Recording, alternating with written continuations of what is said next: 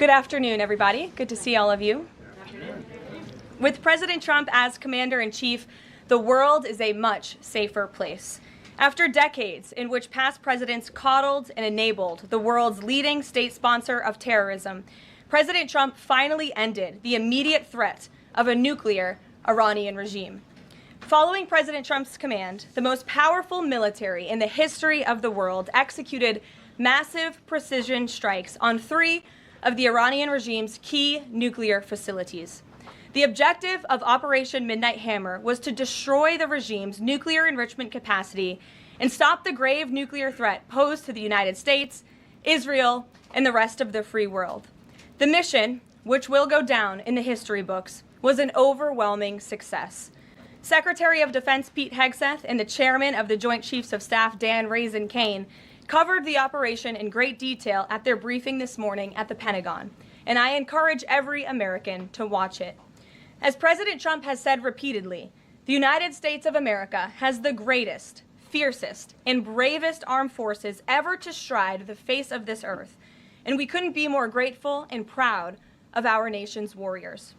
The Iranian regime was weeks away from being able to produce a nuclear weapon that would threaten the entire world before President Trump took this decisive action on Saturday night to obliterate their nuclear capabilities.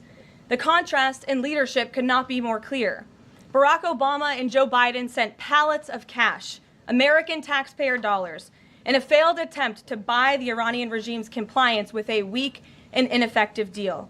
President Trump sent a fleet of American warplanes to destroy Iran's ability to produce a nuclear weapon. The United States and the entire world are safer because of this president's decisiveness.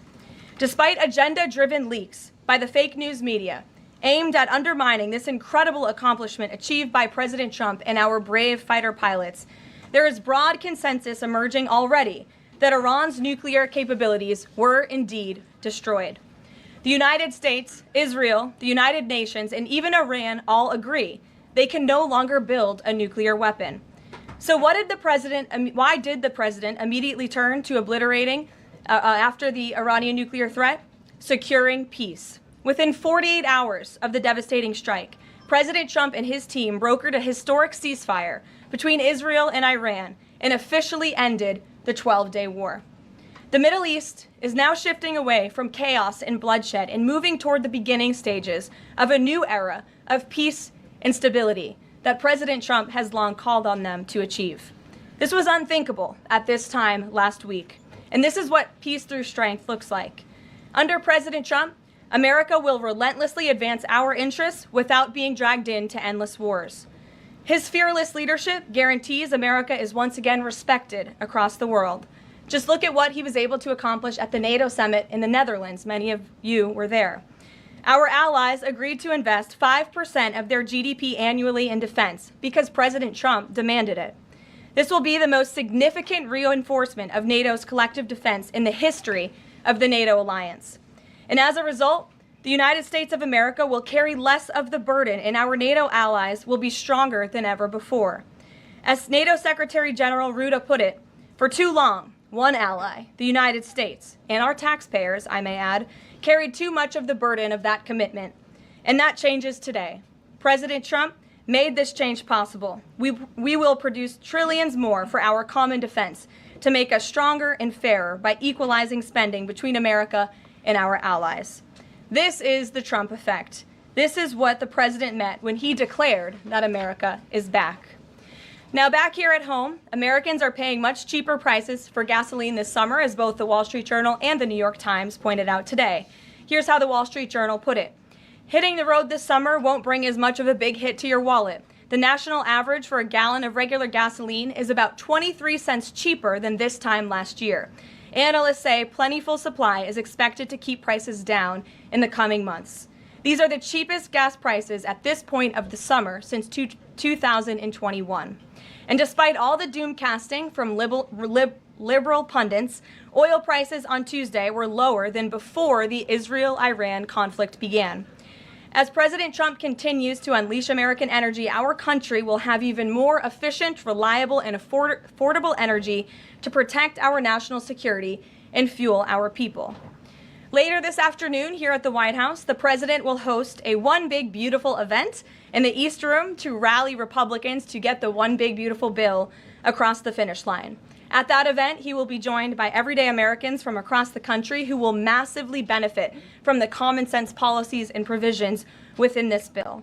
This is the largest tax cut for working and middle-class Americans in history, and it's going to put more money into the pockets of hardworking Americans. Families will see an average increase in take-home pay of more than $10,000 per year. Americans earning between $30,000 and $80,000 per year will see a 15% tax cut. Overtime and tipped workers will save thousands of dollars annually. And our amazing seniors will receive historic financial relief by reducing the tax burden on their Social Security benefits. Simply put, this bill is going to unlock the golden age of America. And we look forward to continuing to work with the Senate and the House to see this bill on the president's desk for signature by Independence Day. Here in our new media seat today, we have Colin Anderson with the Washington Free Beacon, who will kick off our question and answer. Colin, go ahead. Thank you, Caroline. We reported yesterday on a briefing from the Israeli defense minister in which she said the U.S. and Israel are working together to monitor any attempts from Iran to rebuild their nuclear program, and also that if Iran was to do so, the U.S. and Israel would work together to once again destroy that nuclear program. Is that aligned with the president's thinking? Look, the president, as I said in those opening remarks, Colin, and thanks for being with us today, views the Middle East on its way to peace and prosperity. And the president used strength on Saturday night. The whole world saw that the United States is indeed the most lethal fighting force in the world with those precision strikes on Saturday evening.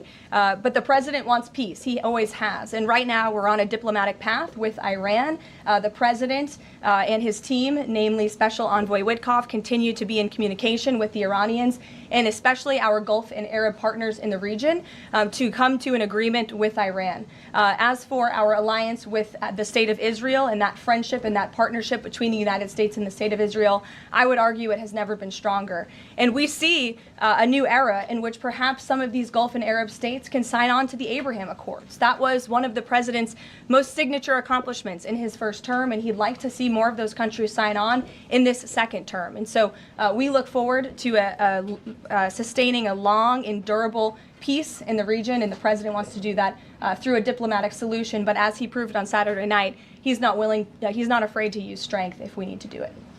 Gabe. Thanks, Caroline. The president mentioned in a Truth Social post that no enriched uranium was moved from Fordow. What about the other two sites, Isfahan and Natanz, and how can the president be so sure that no uranium was moved? Well, what I can assure you is that the United States and our intelligence agencies and Director Ratcliffe and the President's entire national security team were obviously watching these sites very closely in the weeks and the days leading up to the attack on Saturday, which I will add was one of the most secretive and successful operations in United States history. I think many of you in this room would agree with that because none of you in this room knew about the strike on Saturday until it took place. So we were watching closely, and there was no indication to the United States that any of that enriched uranium was moved prior to the strike. From any of the sites? Correct. And then one more thing, Caroline. Next week, the president mentioned that there would be talks with Iran. Didn't mention any details, and Iran has not confirmed them. Can you share any details about any potential talks next week? We don't have anything scheduled as of now, but I spoke to our Special Envoy Witkoff at length this morning, and I can assure all of you we continue to be in close communication with the Iranians and through our intermediaries as well, namely the Qataris, who have been an incredible ally and partner throughout this entire effort. And as I said, this administration is always focused on diplomacy and peace, and we want to ensure we can get to a place where Iran agrees to a non-enrichment civil nuclear program, and there are many other requests that the United States has. Those details continue to really, they're just starting. Of course, the operation was just on Saturday night, but we are in touch, and if there is a meeting, we will let you know as we always do. Brian. Thank you, Caroline. It's two, one on trade. On the July deadline that's coming up for the trade deals, is that deadline still hard and fast for the president, or is he now considering even coming to trade deals after that deadline, and where is he on that going forward? I think the president has been asked this quite a few times by many of you in the media. I've heard him answer it at press conferences and at gaggles. He just spoke about it on Air Force One. The deadline is not critical. The president can simply provide these countries with a deal if they refuse to make us one by the deadline, and that means the president can pick a reciprocal tariff rate that he believes is advantageous for the United States and for the American worker, and he will continue to do that. But as for the deals, our United States Trade Ambassador, Jamieson Greer, I speak to him frequently. He's working very hard, and he has had very good and productive discussions with many of our key trading partners. And on the One Big Beautiful Bill, there's conversations on the Hill right now about the Medicaid cuts. Yeah, I'm curious if the final bill that the president's been talking about comes to him and it has Medicaid cuts in it, will he sign it, or would he rather just Congress do away with those cuts? I think our friends in both the Senate and the House know exactly where the president stands on Medicaid. He wants to get rid of the waste, fraud, and abuse, and they are working to do that in the Senate right now. Jennifer. Follow up on that, on the big beautiful bill, is there enough time for Congress to work through the issues it needs to work through? I'm saying, does the president need to move back his deadline a little bit? We expect that bill to be on the president's desk for signature by July 4th. I know that there was a ruling by the Senate parliamentarian this morning. Look, this is part of the process. This is part of the inner workings of the United States Senate, but the president is adamant about seeing this bill on his desk here at the White House by Independence Day. And then on Israel, is there a date set for the Prime Minister to visit the White House yet? Is he coming in a couple weeks? There isn't a date, but the Prime Minister has expressed interest in coming to the White House to meet with the president and come to Washington. The president is obviously very open to that, but we don't have a date. When we do, we'll let you all know. Kate. The president suggested he was open to sending more Patriot air defense missiles to Ukraine. Is that going to happen, and were there any other assurances that he made directly to Zelensky when they met? I'll let the president speak on that. That was a private conversation between he and President Zelensky, but the meeting was a good meeting, and it was a meeting towards progress, and the president, as he said, repeatedly wants to see this war come to an end, but I'll let him speak on that specific point. And Witkoff yesterday suggested that there would be more countries signing on to the Abraham Accords. What's the timeline on that, and which countries specifically is the administration looking to have sign on? Well, the president is certainly hopeful that more countries in the region will sign on to the Abraham Accords. Again, we want to see a long, withstanding, endurable peace in the Middle East, and that's the way to do it. And when the president met with the new president of Syria, that was one of the requests that he made for Syria to sign on to the Abraham Accords. I don't have a timeline for you, but this administration wants to see that happen, and our partners in the region should know that. Rachel. Thanks so much. Just to follow back up on the meeting that the president mentioned about wanting to have this meeting with the Iranians next week. Clearly there's a willingness here from the administration to want to meet with Iranian officials. What is the holdup here in trying to schedule it? Are you experiencing any resistance from the Iranians? No, have some patience. We just had this strike on Saturday night. The president secured a ceasefire. A lot has happened in the last week. He was just in the Netherlands. Now he's back home to have a big event this afternoon on the One Big Beautiful Bill and get our domestic priorities across the finish line. So we'll get there. And like I said, we're in constant communication. And just one more, the goal of the meeting. The president mentioned yesterday that it may not be necessary to have an agreement with the Iranians. What is the purpose? What would be the goal of this meeting? Again, to continue moving forward towards a long-standing peace in the Middle East. Jordan. Yes, Caroline, thank you. So the president had some harsh words for both Israel and Iran on Tuesday as he was departing from the NATO summit after they both violated the ceasefire. He said, what's your response to Americans who are worried the peace isn't going to last and think that Israel is trying to plunge us into another endless war on their behalf? I think the fact that the president was able to successfully negotiate a ceasefire when nobody thought that was possible, it was a surprise to everyone in this room. It was a surprise to the world, but the president got it done because he wants to see peace in this world. He does not want the United States to be dragged into these conflicts. Again, he's not afraid to use strength if he has to, but the president has already proven he can put America first and deliver on peace at the same time. They're not mutually exclusive goals. And then one more. After Kari Lake, she testified in the House Foreign Affairs Committee on the waste, fraud, and abuse and the rot, really, in Voice of America and USAGF. The president called for Congress to kill it. What does that look like, and is the president willing to sign an executive order? Well, I believe that that action would have to be legislative through Congress, and the president directed Congress to get that done in his Truth Social post yesterday. If there is any executive action that can be taken to cut some of the waste, fraud, and abuse or do away with the program entirely, I'm sure our great Deputy Chief of Staff, Stephen Miller, is already looking into it. And if it can be done, it will be done here at the White House. But Congress should act as well. To the back. Go ahead. Yes. Okay, Caroline, thank you. The administration To the back, and then Carrie, I'll come to you. Yeah, the administration said that the DIA report was low confidence intel. Can you share what other assessments are currently underway to get to the bottom of just how effective these strikes were? Yes. Well, I can assure you what the CIA director said, that when we look at the entirety of the intelligence that we have to this date, it concludes that these strikes on the Iranian nuclear facilities were absolutely successful. It was a total obliteration, as the president said, and not only does our own intelligence say that, but also the Iranian foreign minister has said that.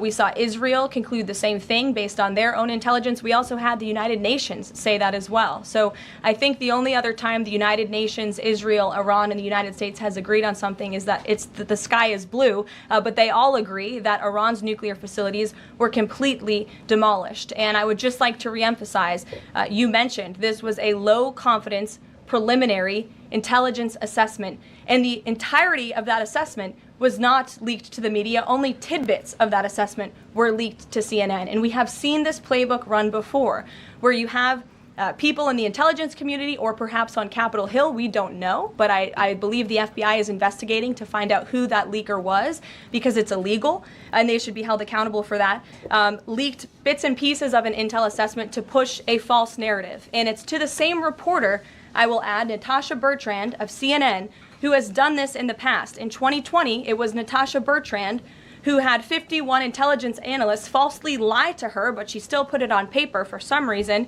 that the Hunter Biden laptop story was Russian disinformation. We all know that's not true, right? We can all agree on that now. That was a lie from the intelligence community. Also in 2020, this same reporter, Natasha Bertrand, wrote that a top intel agency ruled out the man-made lab leak theory of the coronavirus origins. Again, the president was right about that. This reporter wrote a lie from the intelligence community to seek a narrative she wanted to prove, and guess what? We now know that's the truth. Also, in 2024, Bertrand pushed the suckers and losers hoax. She also pushed the fine people hoax, which was taking the president's words purposely out of context. And then last October, and I believe this is notable, Natasha Bertrand published an article in Politico from the intelligence agency. She said that John Ratcliffe was speaking without any evidence when he said Iran was attempting to undermine President Trump's presidential campaign.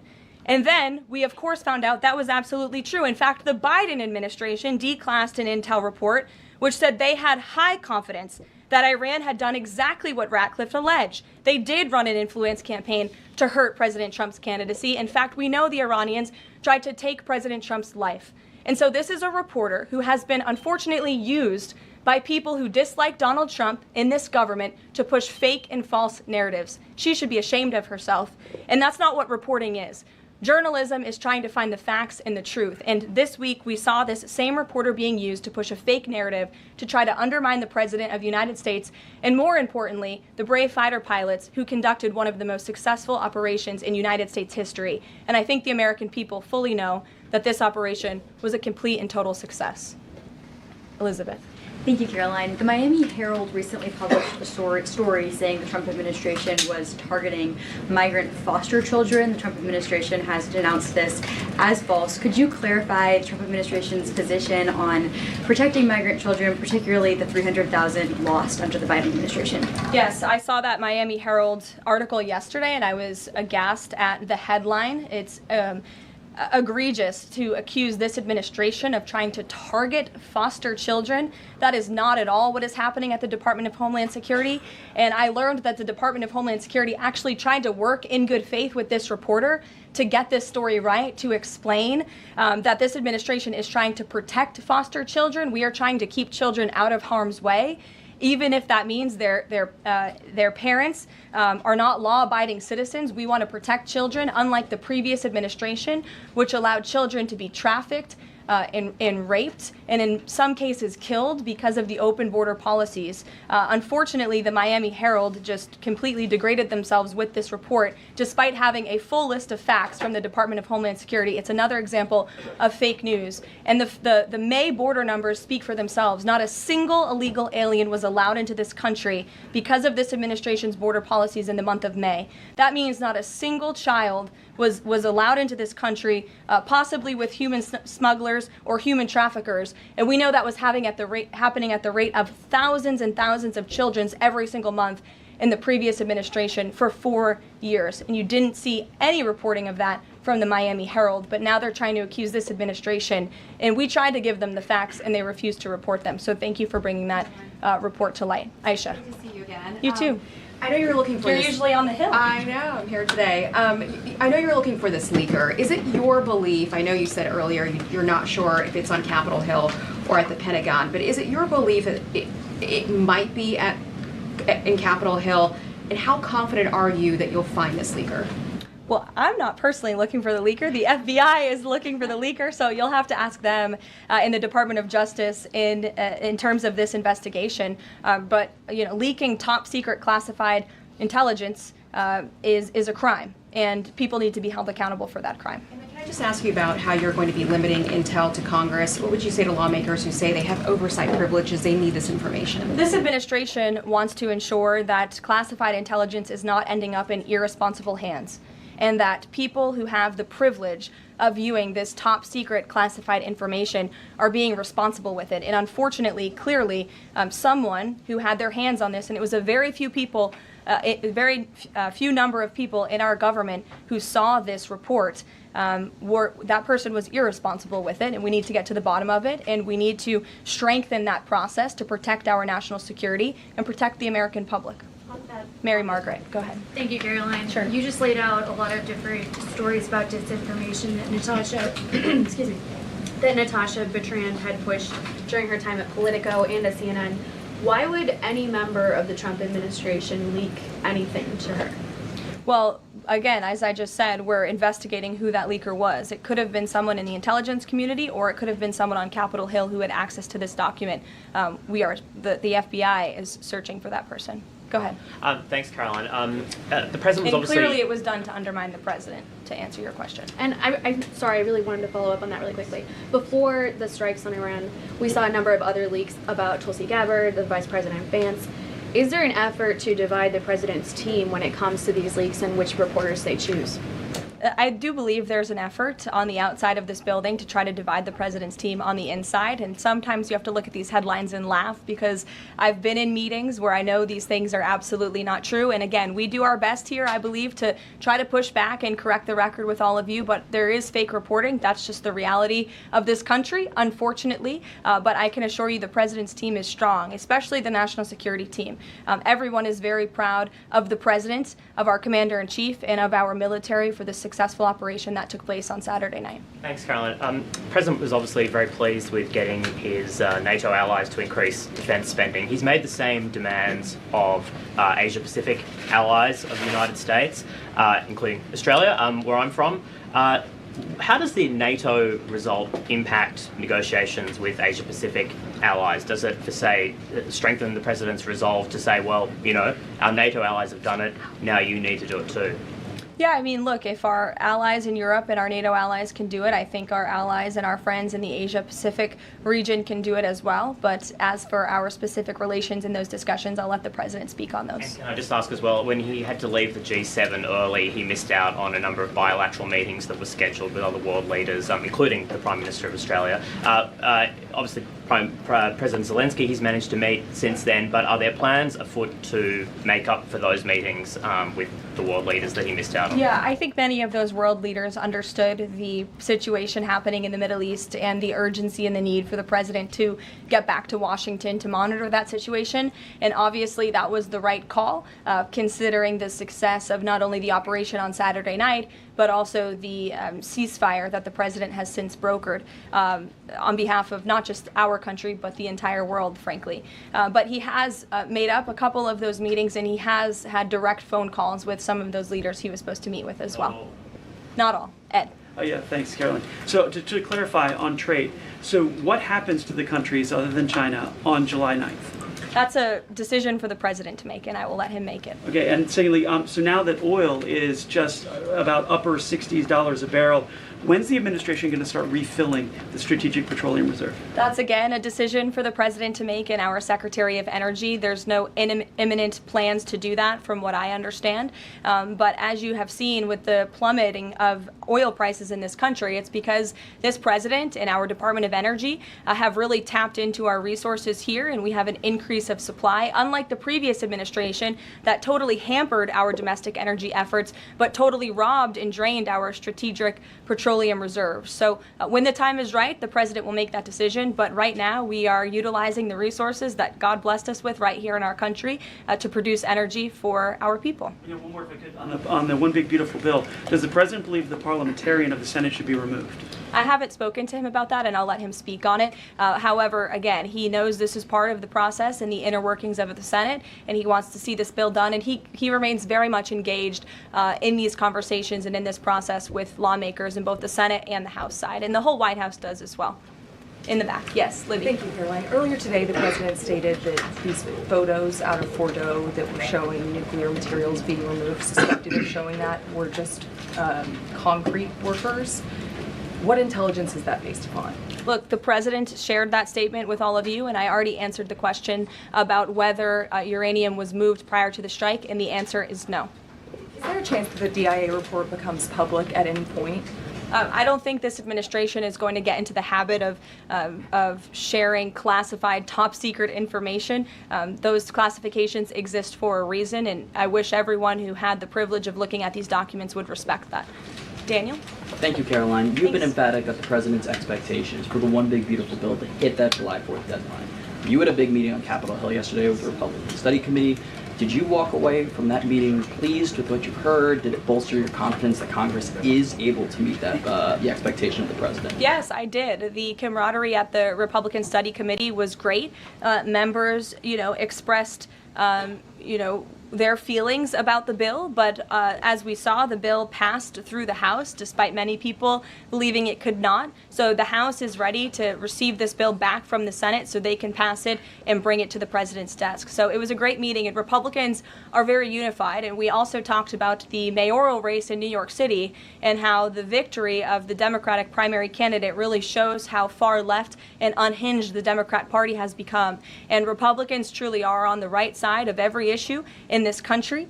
We are on the side of no men in women's sports, on the side of low taxes, secure borders. So that was the topic of discussion. And the unity was strong and the camaraderie was high. And I know everyone looks forward to being here at the White House for the bill signing next week.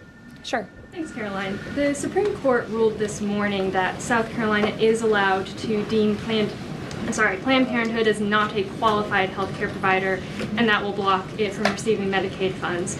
Does the White House have a statement on that ruling, and would the president support a standalone bill from Congress to defund Planned Parenthood at a federal level rather than letting each state determine it? I'll let the president speak on that legislative priority, but as for the Supreme Court ruling, the president has always maintained that Americans should not be forced to violate their conscience and their religious liberty by having their tax dollars fund abortions, and we're glad the Supreme Court ruled on that side today, or yesterday. Then on Iran, but on a domestic matter, in January, President Trump revoked security details for several former administrations, including Mike Pompeo, Mark Milley, and John Bolton. Given the heightened tensions with Iran right now, is he considering restoring those security details? That's not under consideration right now. Fran. If I could follow up on trade, and then I have a question about the bill as well. Are you saying at this point that there's no plans to extend that July 8th and July 9th deadline? I mean, especially with everything that's been going on from Iran to the tax bill on Capitol Hill, is that under consideration at all at this point? Perhaps it could be extended, but that's a decision for the president to make.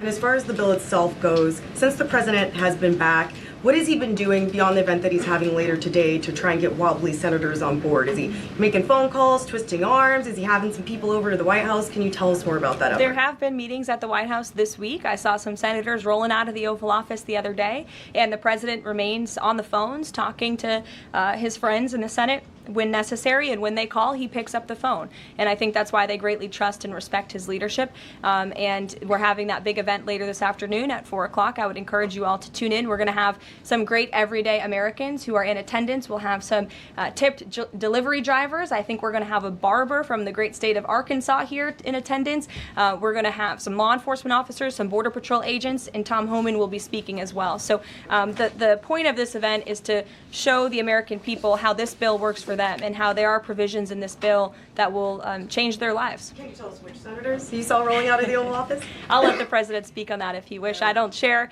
details about his private meetings without his permission. Emily, go ahead. Today, the Justice Department announced it was opening an investigation into employment discrimination at the University of California, alleging they had race and sex-based quotas.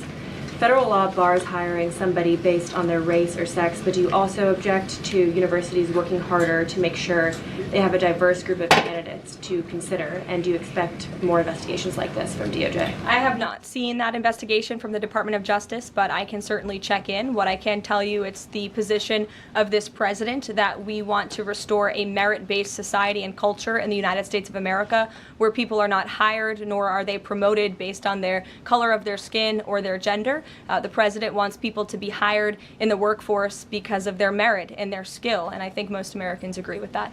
I'll take one more. Carrie, because I promised you earlier. So the Ayatollah Khomeini came out and said that Iran will, quote, never surrender to the U.S. That being said, what remains to do with the possible responses from Iranian proxies in the region and even in the U.S.? Look, we saw the Ayatollah's video, and when you have a totalitarian regime, you have to save face. I think any common sense, open-minded person knows the truth about the precision strikes on Saturday night. They were wildly successful, and it's what led to the ceasefire agreement between Israel and Iran, which the president is very grateful for.